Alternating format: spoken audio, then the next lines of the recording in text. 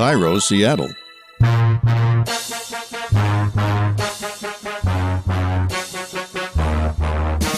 So Nate Diaz is getting investigated now?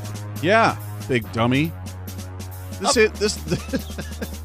it's so true to his nature that he's either completely oblivious or he just doesn't care. Or maybe it's a little of both. So he gets finished with a fight that absolutely lived up to the build-up, which is, it's especially rare in these sort of situations where you've got, whether it's a grudge match or however you want to portray it, but you've got a guy that's fighting at a significantly different weight class than he usually does. And they're trying to replicate the drama of the first fight. And they go out, and Conor McGregor and Nate Diaz have a great fight. Fantastic fight. Not only did they duplicate the first one, they surpassed it in my estimation, because you had two guys who took that first fight on short notice. And we can talk about Conor. Yeah, he was training. Well, he wasn't training for a 6-foot left-handed lanky guy like Diaz. So they both had 11 days notice for that first fight. It was still wildly entertaining, but it ended the way it ended in the second round. They both had a full camp. They both knew exactly what they were getting into and what they were facing with each other. And we still saw the ebb and flow, the back and forth, the drama. One guy looks like he's almost out. Another guy rallies and comes back. The other guy looks completely gassed, and he's got 2 rounds to go. How's he going to make it? There's blood everywhere. Diaz is getting rocked. His leg is getting just kicked to pieces. And there was a lot of drama. Even when I watched it, I went back and watched it without the sound, which is what I do just to make, because you can get sucked into the crowd. You can get sucked into the response of a crowd. The second their favorite fighter throws a punch, they go nuts, whether it lands or not. So I think oftentimes the announcers at cage side can get sucked into that. I think judges get sucked into it. So for me, I did this with boxing. I'd watch the fight the first time, then I would go back and watch it again with the sound completely off. And really pay attention, all right? Are these punches landing? I'm not hearing the crowd. I'm just watching what's happening there. So it's a really good way to watch a fight. Well, we're off and running here. It's Danny O'Neil and Bob Stelton. This is Fight. It's an MMA podcast. Fight! Exclamation point. We wanted to put a little flourish on it. We're going to be talking to Carlos Condit here in a little bit, but that UFC card, UFC 202, absolutely lived up to the hype. So I saw 3 different sort of phases of the fight. Mm-hmm. I saw the first round and a half. So about the first 7.5, 8 minutes of the fight was Conor's fight. Conor was picking him apart. Conor was kicking him in the leg. It was really affecting him that way, was picking him apart with punches, and then it looked like Conor started to tire. And at the end of the second round, Diaz kind of came out and started pushing forward. Now, at this point, Diaz has already cut up pretty good. He's got a cut. Yeah. He's got a cut over his right eye. He's been knocked down 3 times and hurt. 3 different times. Not just to use those flash knockdowns where it's the force. It's like somebody pushing you, you jump back up. His legs buckled. He went down. And Conor, to his credit, did not try to engage him on the ground. He finally stepped back. Which is one of the really strange things, because usually in an MMA fight, as soon as the guy gets knocked down, the other guy pounces on him and hammer fists and whatever. Mm-hmm. Conor was really smart. And for all the different people talking about the build-up to this fight, that Conor was too emotional and Conor's whipping water bottles and he's fallen into Diaz's game and Diaz is in his head, Conor fought an exceptionally smart fight. He never gave Diaz a chance to get at him from his back. No, he was remarkably composed walking into the arena. That was what I was really interested to see, because he was so out of his mind during the weigh-ins, and he was so out of his mind during the press conferences. I'm like, this is bad when you've got somebody that's that emotional. That's what, we always talked about just even as a kid boxing. If you can get your opponent mad, you're going to win more often than not, because the game plan goes out the window. They're fighting on emotion. There's going to be an adrenaline dump, so they're going to waste all this energy. They're going to lose the game plan. So if you can get the other guy out of his game that way, perfect. And I thought, man, this is not looking good for Conor. And he walked in stoic. I mean, yeah, he was excited. He had his hands in the air, but the way he was walking in the ring, the way he was just facing him, looking at him, the look on his face, he was completely composed, and he stuck to his game plan regardless of what was going on. He could have jumped on Diaz. He knocked him down and hurt him. You saw the legs buckle the very first knockdown, and he looked like for a second he thought, I'm going for it, and then kind of thought better of it and executed his game plan and just picked him apart. And what I learned in watching it the second time and even the third time is that the fight wasn't as close as the scores indicated. Oh, really? In my mind. Huh. And I feel like I'm pretty objective. Even though I wanted Conor to win, I picked Diaz to win, if you remember. I thought Diaz was going to pull it out. And I thought Conor was going to win, yet when the fight started, I was definitely rooting for Diaz. Yes, you were. You and my friend were driving me nuts. But I'm just kidding. But it really wasn't that close, because in the moments of activity for Diaz, he wasn't really landing much. It was the last 90 seconds of the second round where he started throwing a bunch of punches, and the crowd was really going crazy. And Rogan's, oh, Conor's hurt. He wasn't hurt. He did such a good job parrying those punches. He sat there and he took them on the shoulders, and he was rolling, doing a shoulder roll. I watched him as he was up against the cage, and even I thought as we watched it the first time, what is he doing? He's standing there. He's taking punishment for no reason. Spin out. Remember, I'm yelling that. Spin off the cage. Spin off the cage. And I sat there, and as I watched, I was like, he was taking little to no damage at all. I mean, a lot of, he'd kind of pity-pat like Diaz does, and then he tried to throw something hard, and every time he threw something hard, Conor ducked underneath it. It's like he just knew his rhythm. He sat there and let him throw these little pity-pats to the body and knew the big elbow or the big hook was coming, and he'd duck underneath it, and then he spun out. I'm like, all right, that last 90 seconds in the second round was nothing. Nothing happened there. Even in the third round, you look at it, he took a couple of clean shots, but for a judge to score the third round 10-8, which one of them did. I think it was Glenn Trowbridge, and he should have his license taken away. You don't have the ability to be objective, and you were clearly impacted by the crowd, because if you go back and watch that fight, if you're going to call that a 10-8 round, which would imply a fighter in trouble, a fighter on the verge, a fighter just getting his ass handed to him for 5 minutes, that couldn't have been further from the truth. Nate threw a lot of punches. I think in the end, he ended up throwing more punches. You'd want to talk about scoring blows and damaging blows. There were very few that were landed in that round, and Conor had some huge counter left hands even in the third round. So I'm thinking, how do you possibly score that a 10-8 round? But the round prior, and even the 2 rounds prior, this other fighter was clearly rocked. His legs wobbled. He was knocked down 3 times in 2 rounds. You call this a 10-8 round, but one of those wasn't? You didn't do your job. And then the fourth round, where I thought Conor's gassed. When we're watching the fight, he was gassed. Yeah, my impression was the third round, and it was kind of like, this is not Conor's weight class. Conor was silly to accept this fight at 170 because he can't carry this weight. He can't carry it going into through 3 rounds. It seemed like the tide had very clearly turned, that Nate Diaz he'd weathered the early storm. He was beat to hell, which is a Diaz trait. Yeah. Nick had to have his eyebrows shaved so he wouldn't cut so easily before. And Nate in this fight got punched so hard he looked like Nick. He matured right before our eyes. That was David Shoemaker's joke that was there, the masked man on Twitter. All of that happens, and then in the fourth round, I have a lot of respect for what Conor did in the fourth round, because he dug down, and whether he was playing a little bit of possum earlier on, he came out, he fought a great round. I don't think he was playing possum. I think he was gassed. I think you go back and you listen to his corner, kind of give him a little pep talk, and they kept saying, "Hey, you're owning the clinches," which he was not. I'm not sure what that advice was about, but that to me was the only opportunity Diaz had to be effective, is to sort of wear him out against the cage. It's really draining to have somebody really just push against your chest and your stomach, and even though they're not landing blows, they're throwing little pity pat things and little knees here and there. What's more damaging and exhausting is that guy that is leaning into you. You don't have anywhere to go, so your body's being compressed. It's incredibly exhausting. I've done it just training there, and I'm not being punched. In jiu-jitsu, we'll do things like that, where we have somebody leaning on you, and you learn to spin out and get your way out of there. It's amazing how quick that can zap your energy in your legs. So that's where he was most effective, Diaz, talking about. Not only that, but McGregor said that he went into the fight at 168. He was 2 pounds lighter at the time of the fight than he was at the weigh-in. I'll bet Nate Diaz he's probably 185, might be 190 at that point. Yeah, he was not 170. I mean, he weighed 170 for all of about a minute and a half when they weighed in, and then they hit the Pedialyte and they started replenishing their system. So yeah, I mean, he was a decidedly bigger fighter. He may have had somewhere 15 to 20 pounds on him in that fight. And that's where you're going to feel it, when he's leaning on you and he's pressing into you and smashing you up against the cage that way. So it made sense that Conor was exhausted, but he found that second win. And his counterpunching was just spot on. He was so on point. If you go back and watch that fight and look at how many times he landed that counter left hand, he was picking Diaz apart with that thing. It was a thing of beauty. His timing was impeccable through that. Even when he was fatigued in the third round, he landed some clean counter left hands. And a couple things to note is that Nate Diaz, contrary to Mike Salk's friend who thinks that the fight was fixed. How did he type that text with his head all the way up his ass? It's amazing.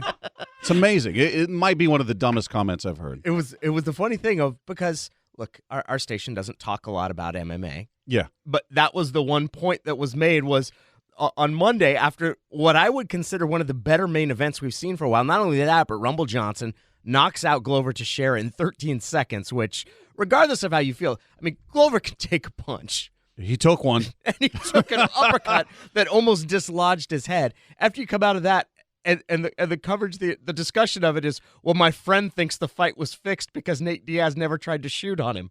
Well, it just showed that his friend, first of all, probably doesn't watch much MMA. I'm gonna give him that slack there and assume he doesn't have any idea what he's talking about or what he's seen, because he probably heard somebody say, well, he's a jiu-jitsu guy. He needs to shoot on him to get him down, because he didn't do it in the first fight. It's not what Nate Diaz does. No, he doesn't shoot on He's people. not a wrestler. He's not a wrestler. He's a grappler. He'll try to get you once he gets you in the clinch. Yeah, he's going to go for some throws. He's going to go for some trips and things like that to get you to the ground. He's not a guy who shoots on you. It didn't happen in the first fight. Why did you expect it in this fight, dummy? Here's the other thing, though, is that he kind of did shoot on him a couple times.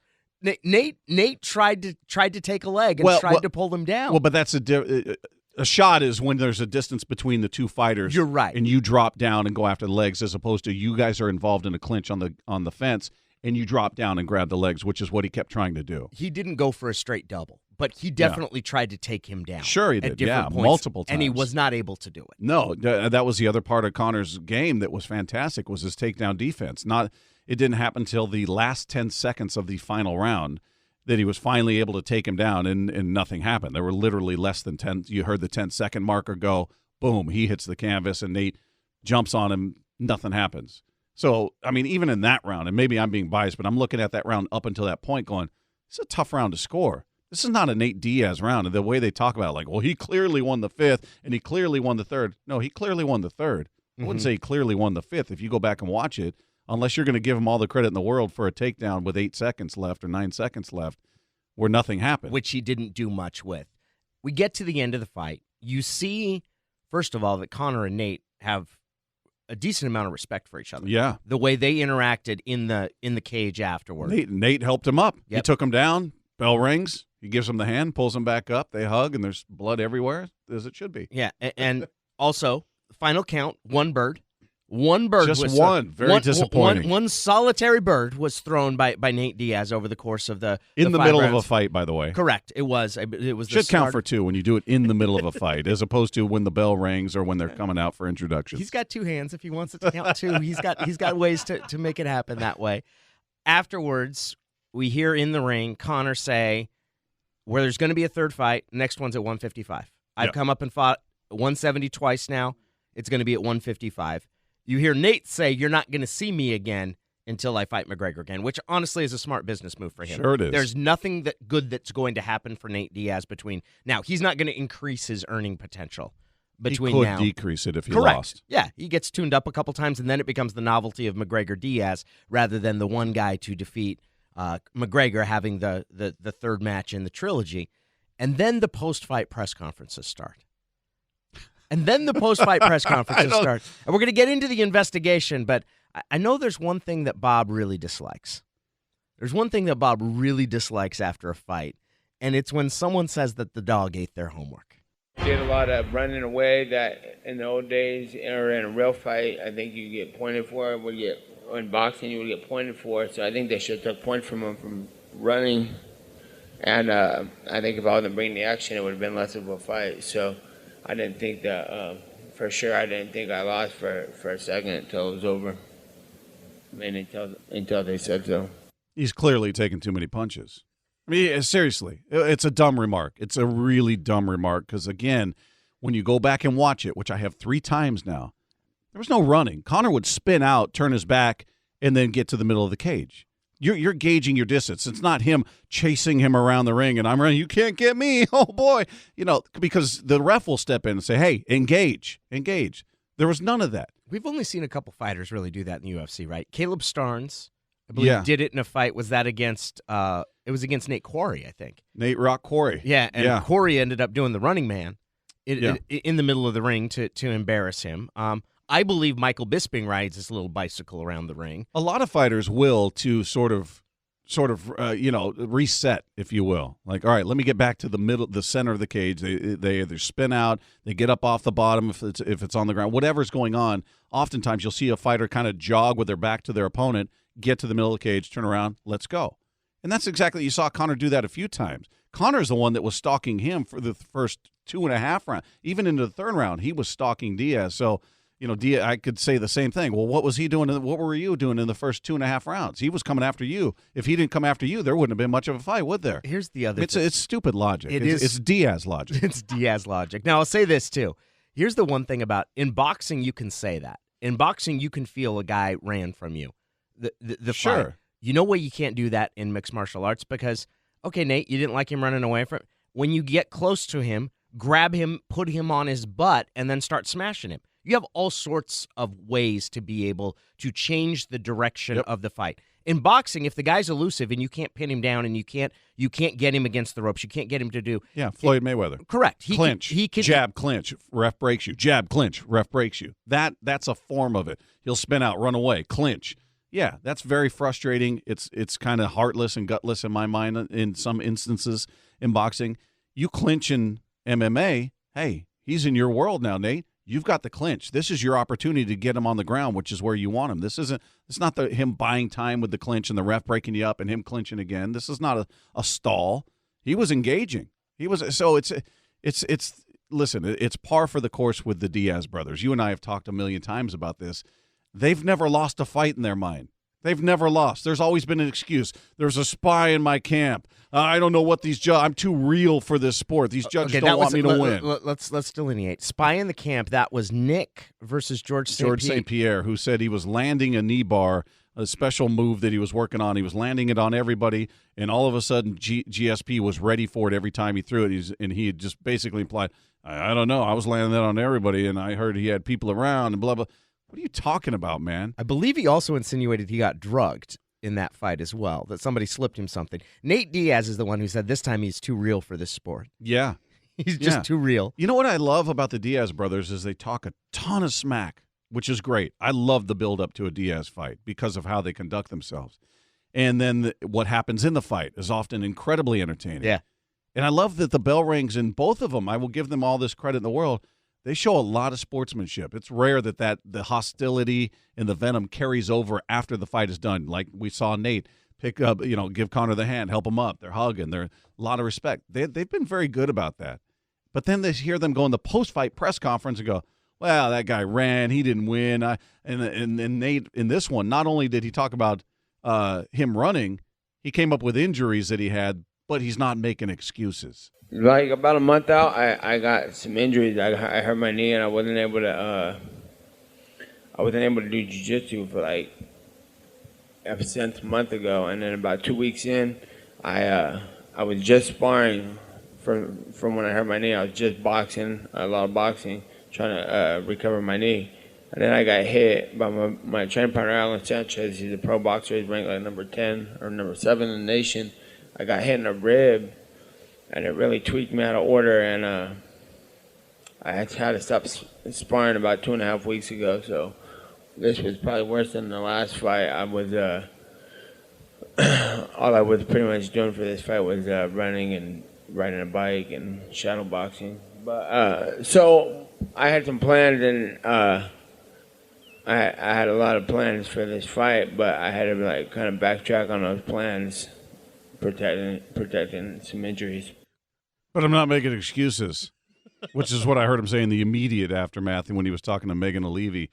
I was like, dude, and he was talking about, listen, I got these injuries on video, so I'm not making excuses. No, yes, you are.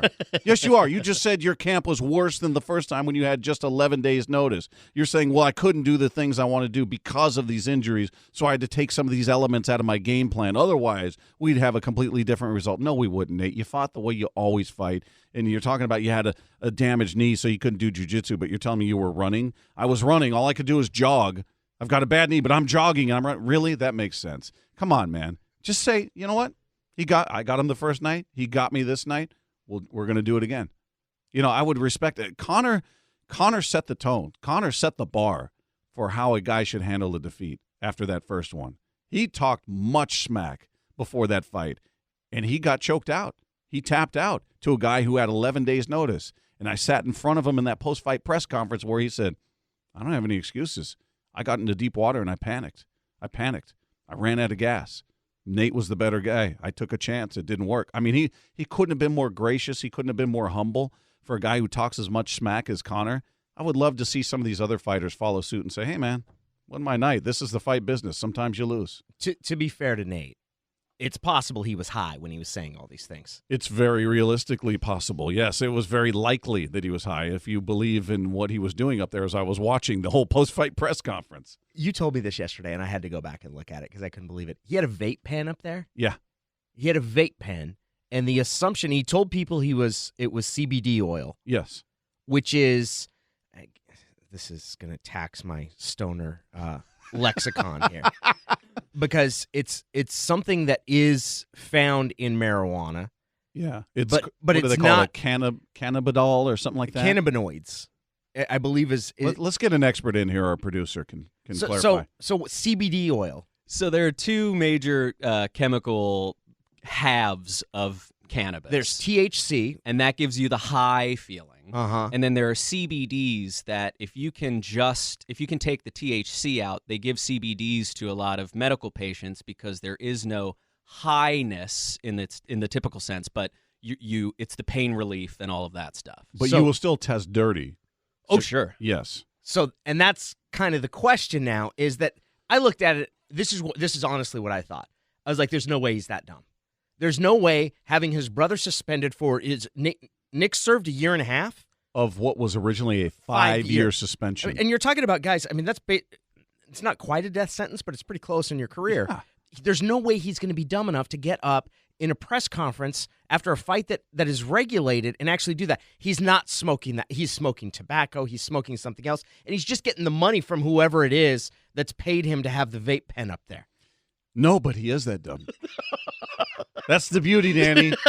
In his mind, it made perfect sense. In his mind, he was doing nothing wrong. He's going to look at whoever is going to come to him and say, you're being fined, suspended, whatever the punishment is, and he's going to be completely perplexed because he's not going to understand, what are you talking about? The fight was over. I was just up there talking to people and trying to relieve myself of what was going on there. And I won the fight, by the way. Here's the thing. The moment that it turned for me where I was like, oh, God, he might be that dumb, was when Bob said, no, he probably took his piss test and then thought he was free and clear, and no matter what he shoved into his body after that point, nobody's going to be able to figure it out. And then I was like, oh, no, that sounds like something the Diaz's might fall for. Exactly. And then as I'm reading, because I don't know all the particulars of they call it in-competition testing.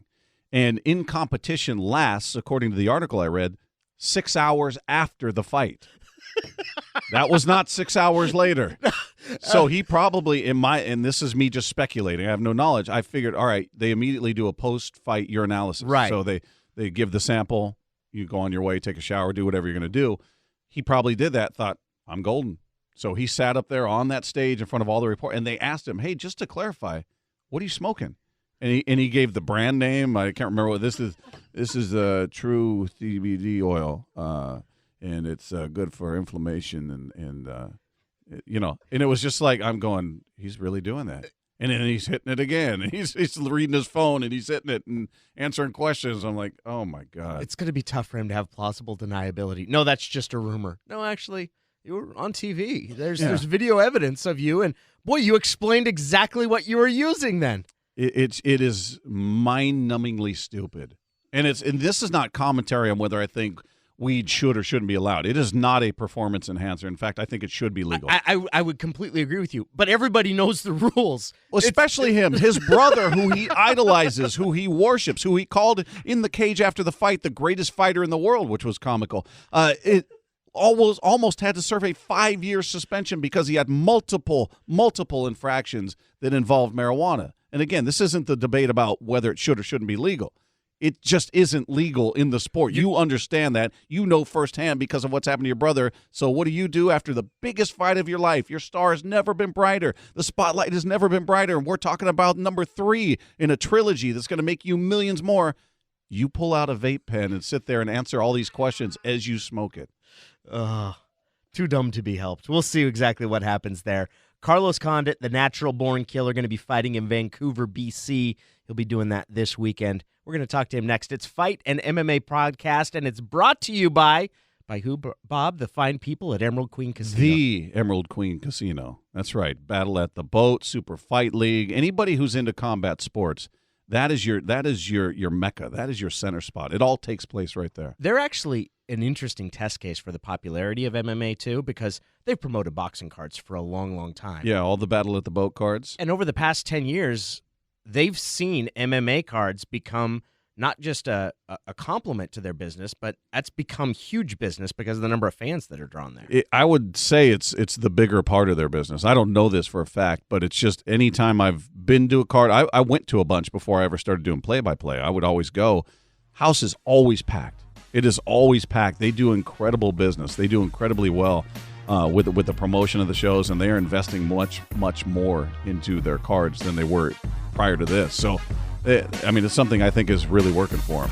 They do a lot with local fighters. Anybody who wants to see local MMA and local boxing, you can't find a better spot. I'll tell you what, we're really grateful to have them aboard, and our conversation, Get in the Cage, is sponsored by them. It's coming up next.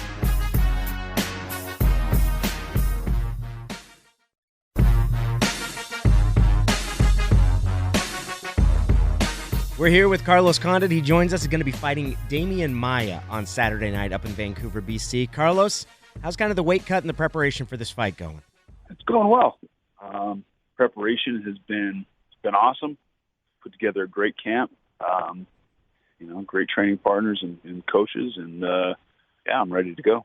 You've been one of the most exciting fighters in the UFC, someone who's fought for championships before. And after your last bout against Robbie Lawler, you characterized it as kind of a do-or-die moment. How did you come out of that fight and refocus yourself heading into this one? I took some time. After that fight, I talked about retirement, and that was something that I was really considering. I wasn't sure if I was going to take another fight, at least for a little while. And this fight presented itself, and it was just kind of the right time. I was in shape. Fight with Demian Maia puts me back in contention. So, I just decided, hey, let's do this thing. I'm interested in sort of the fighter's decision, the mindset.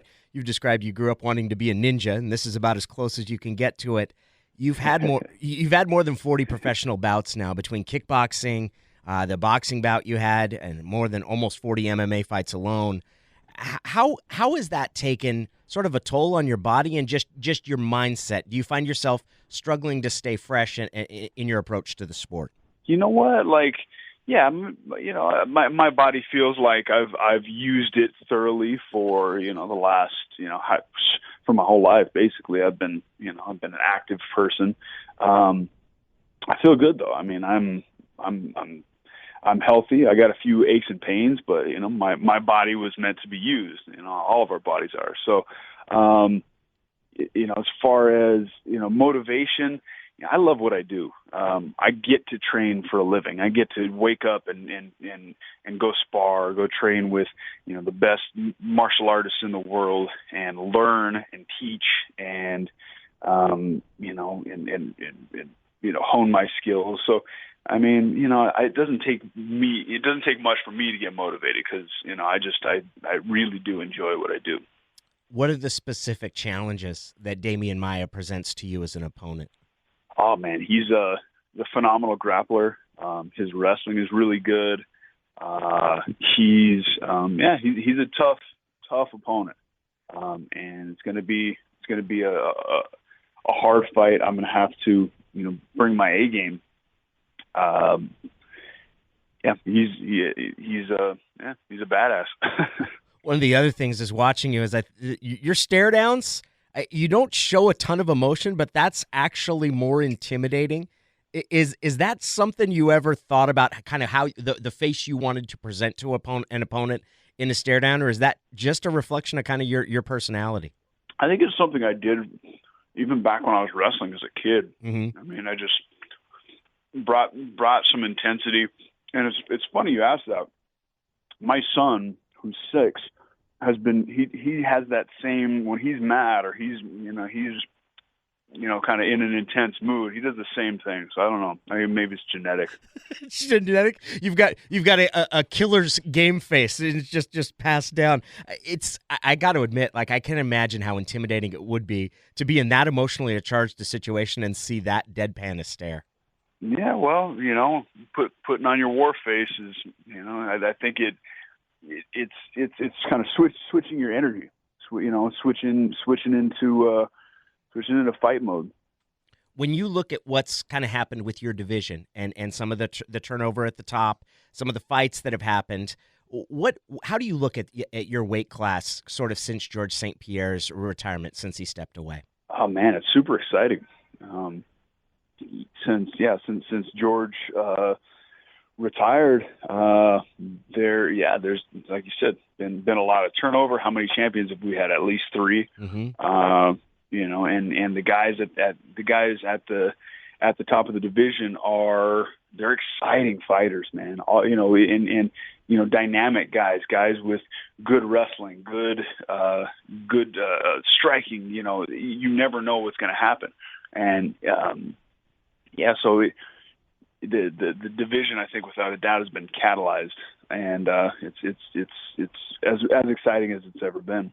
You fought the guy who's now the champion, Tyron Woodley, and unfortunately suffered a knee injury in that fight. How did you feel that fight was going, and how much would you like another shot at him? Honestly, I started slow. I think he was, he definitely had the first round. I felt like the momentum was turning in that second round, and I was starting to kind of find my range and find my flow, and then boom, blew the ACL. So I would definitely like another shot at that guy. I want to avenge all my losses, but hey, he's the champion right now, and a fight with him, has a lot of benefits. Getting that title, but also getting that loss off my record and avenging the loss. Last couple questions for you here. Carlos Condit is with us. You mentioned talking about retirement after your last fight against Robbie Lawler. How long after that fight were you pretty certain that you wanted to fight again? It depended on the day, honestly.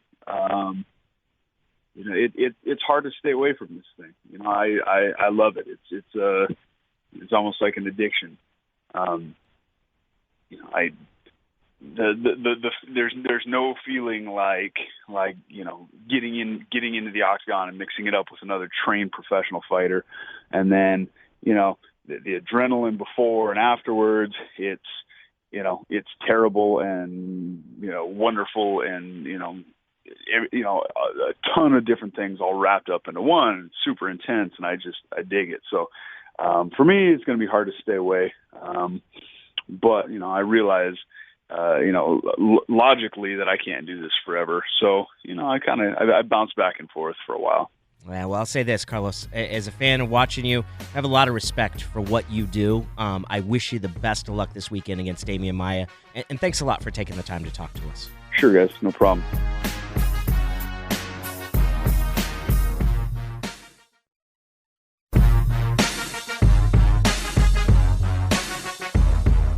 Conor can't fight at 170. No, there are several resolutions that should come out of it. First of all, anybody who thinks Conor is sort of this invented, propped up champion needs to go watch that fight and show the heart he showed in turning that fight in the fourth round. Yeah. These people that believe that he's kind of the manufactured champion. Again, they're not paying attention because he's taken out a number of top 5, not just top 10, top 5 in his division. He knocked out what most considered one of the greatest fighters in the history of the sport in 13 seconds. He took out Max Holloway, who's a top 5 fighter. He took out Chad Mendez, it's not like he's beating these scrubs like they're lining up tomato cans and everybody goes, oh, he beat Dennis Seaver. Yeah, he beat Dennis Seaver and Holloway and Mendez and Aldo. Let's give the credit where it's due. I mean, go look at his division and look at who he's beaten, and then come back and tell me about how the UFC is sort of catered to him, feeding him tomato cans. It's far from the truth. He's cleaned out his division. What fight do you want to see for him next? 155. I want to see him fight Eddie Alvarez. You don't want to see him fight? Because I was thinking about that this morning.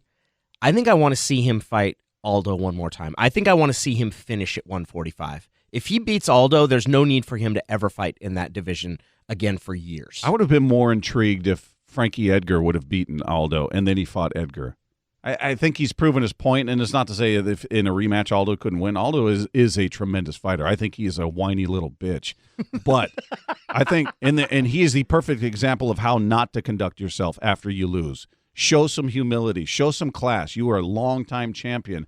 You got clipped, my friend, in 13 seconds. You want to come out after that and act like you won on some level. This guy's running from me. He's scared. He's scared. He's too weak to come back and fight. What are you talking about, man? He put you on your ass. You didn't even know what day it was. They had to wake you up. He tweeted out the picture before that fight of Conor looking down into the camera saying, "It's okay, Jose. Wake up now."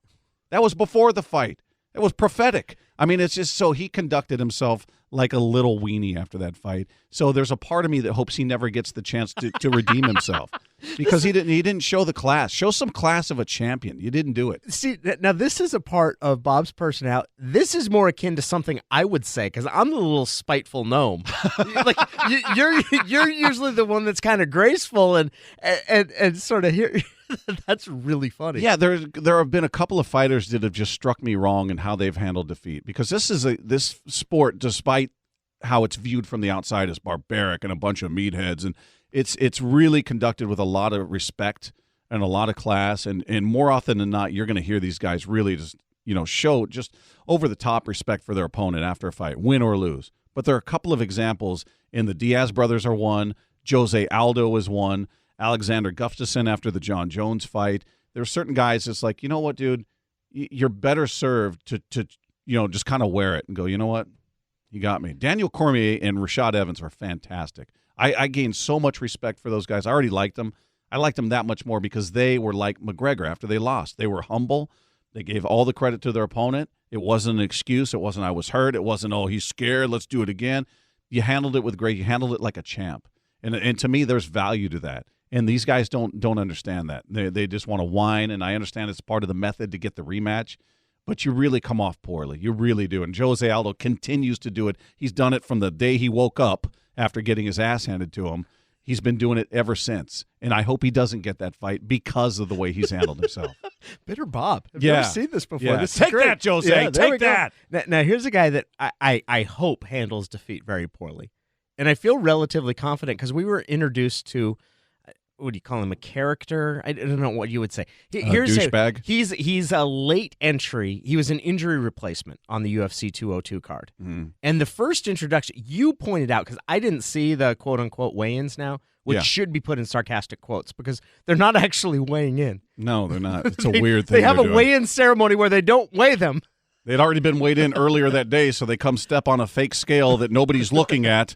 They announce a weight without even waiting for it to register, and then they go like pose next to each other. It's so weird. They actually stand on the scale, and Joe Rogan says, 145 and a half. I'm like, you can see that from all the way back there, Joe? It's because they weighed him in earlier. So Yeah. these guys, now the benefit is they look rehydrated. There's nobody that's looking skeletal and about Yeah. to pass out there. The funniest thing, though, in this weigh-in, and we'll get to the other part of the conversation, is they come out, and typically in a weigh-in, when it's real, you're taking off basically everything but your shorts. Shoes, socks, shirt, everything. You've got nothing on. You step on the scale, and oftentimes if they're a tenth of a pound over, 2/10, they'll bring the towel up in front of them. They'll take the shorts off. It all comes off. Yeah, so they're surrounding them with a towel so nobody can look at, obviously. So I'm so used to seeing that. Now these guys are coming up in their shoes, their sweatpants. They take off the shirt, and that's it, right? So I'm going, what are they doing? They're out there in their shoes, their full gear, and they're weighing in. There was a girl, and I can't remember which one it was. I think it might have been Raquel Pennington's opponent, who came out there and stripped down like it was a regular weigh-in, took her shoes off, her socks off, the sweats off, the top off, and she's there basically in just sports bra and shorts like a regular weigh-in. I'm going, well, boy, she's really playing this out, isn't she? She's really keeping in character. This is real. Way to stay in character, sister. I mean, she went for it real. The socks, the shoes, the whole thing, handed it to her. Yeah. Corner guy steps up there, acts like she's like, all right. There we And go. then Joe announces the weight from across the room Yeah. that nobody's looking at, and she's flexing. All right, I did it. Let me get my clothes back. It was an odd moment where everybody else is obviously already weighed in and they're wearing most of their clothing, but she stayed true to form. That's exactly right. She's playing the part. Yeah, she stayed in character. Charades. She stayed in character. So one of these fellas that comes into the weigh-in, Mike Platinum Perry, and Bob explains it to me. He goes, the guy kind of extends his hand, and then as the other guy goes out to reach and take it, then he like kind of shouts at him, gets into a fight pose, and like yanks tries the to hand intimidate. away. It was Correct. almost like that old trick, like somebody putting their hand out to you, and you reach out and they go, ha ha, and put it up by their head. Like, gotcha. Except then he's like, yeah! And I like went kind of cursing at him and watch. Yeah. Do you know what he said to him? No. He said, you thought you had a friend, didn't you? He's an idiot. He's an idiot. He said, you thought you had a friend, didn't you? And then he makes one final like gesture and then spins away and walks out. And Dana White turns to the guy he's fighting, Lim from Korea, and kind of like makes this face of like, I don't know what that goof's all about either. Yeah, everybody was sort of surprised by it, and I get that you want to draw some attention to yourself and do something. And he explained it afterwards. Basically, you want to do something that you don't see. So typically, both fighters weigh in, then they do the face-off. They stand there, and Dana White's in between them. They do the face-off, and oftentimes they'll shake hands and all that. But he put his hand out like he was going to shake his opponent's hand. As soon as his opponent put his hand out, he yanked it back and got aggressive in his fight pose and started yelling at him and let him know he was in for some trouble. And then it was just, you're looking at it going, the hell was that? Yeah. And then So you weird. fast forward to the video we saw of his corner. That one was, because we watched the fight first before we Right. see the video. And the fight, unfortunately, the Was Korean terrible. fellow he was fighting was brutal. Decided he wanted to block all punches with his face. Yes, which he was extremely effective at. It lasts, 3 minutes? And it's just very clear that while the one guy, the Korean fighter, is significantly bigger. I mean, he Yeah. is monstrous, Yeah. but cannot fight at all. I don't know what he was doing. I mean, he was running face first with his hands down. Was he going to tackle him? I don't know what he was doing. He literally had little regard for defense. Yeah. And it cost him. Yeah, he's fighting a guy with a 6-inch. He's got a 6-inch reach advantage Yeah. over him, and he never once used it. And eventually, he ended up looked like he was winding up for a kick, and his hands were so low that the guy just punched his head off. Yeah. And he spun around, landed on his face, and that was pretty much the end of the fight. It was. If there was a game plan, it was as bad as Ronda Rousey versus Holly Holm, where it looked like there is no game plan. Run at her and throw punches. Run at him and try to hit him. I mean, I'm looking at it going, what was the plan? What was training camp like? This is the method. What you're going to do, you're going to bring your hands to your sides. You're not going to cover your face, but you're going to run in a straight line at your opponent and try to do some damage that way. Maybe you'll break his hand with your chin. Yeah. And it was dumb. And that's how you get knocked out by a guy who has God's gift tattooed on his abdomen.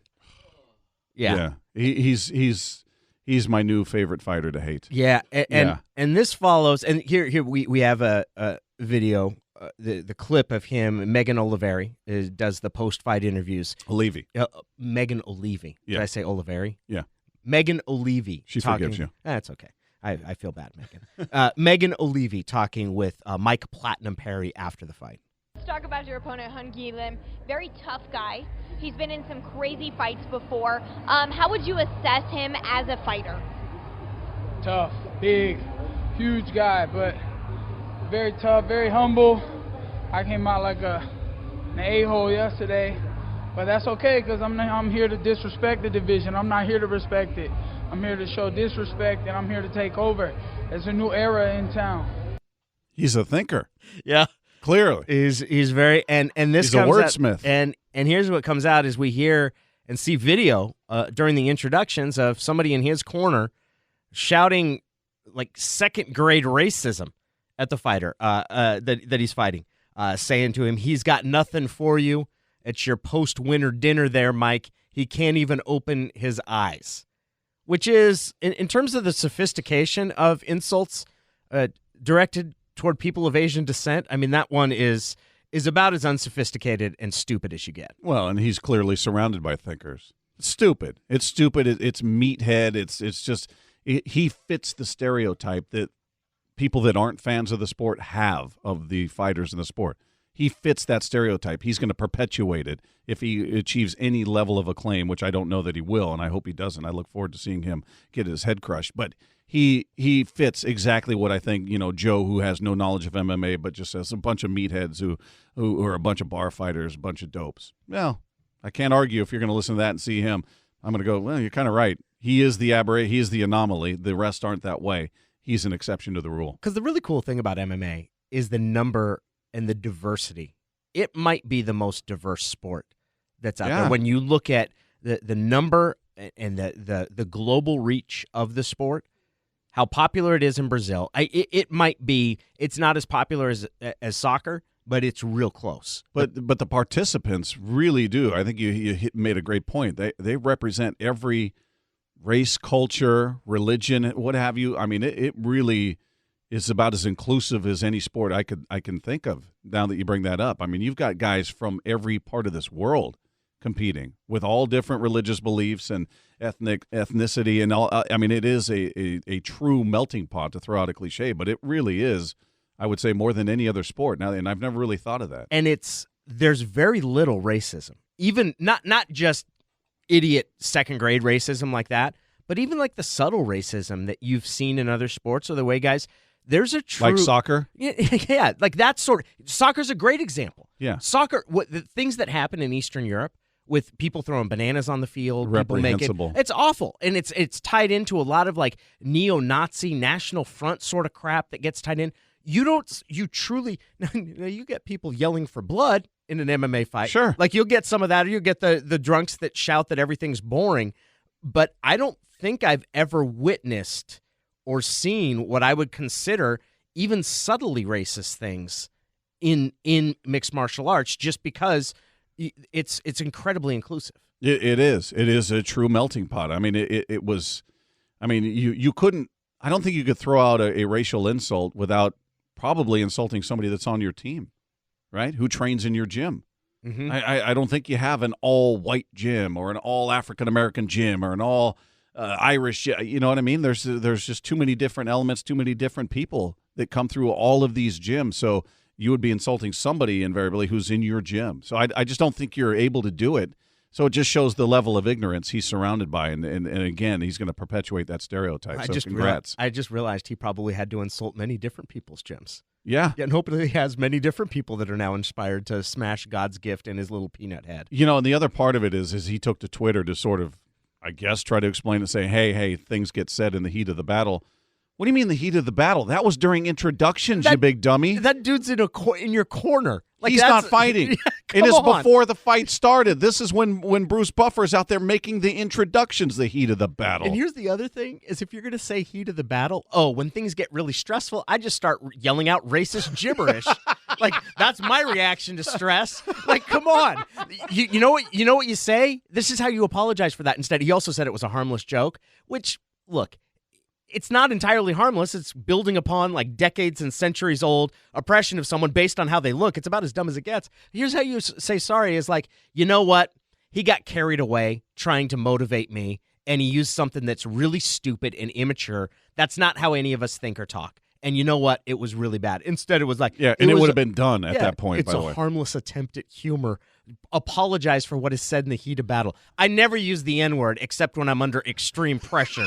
Forgive me. Duress brings out my dark side. Come on. Yeah, that's a fantastic point. And the way you just worded it as to how he should have handled it is exactly right. But that would have taken an education. It would have taken some level of intellect. It would have taken some actual thought to put that together. Well, maybe he's here to disrespect everybody. I'm here to disrespect the division. It's a new era. Is it really? You're so unique. I've never seen anybody like you on The Ultimate Fighter. Come on.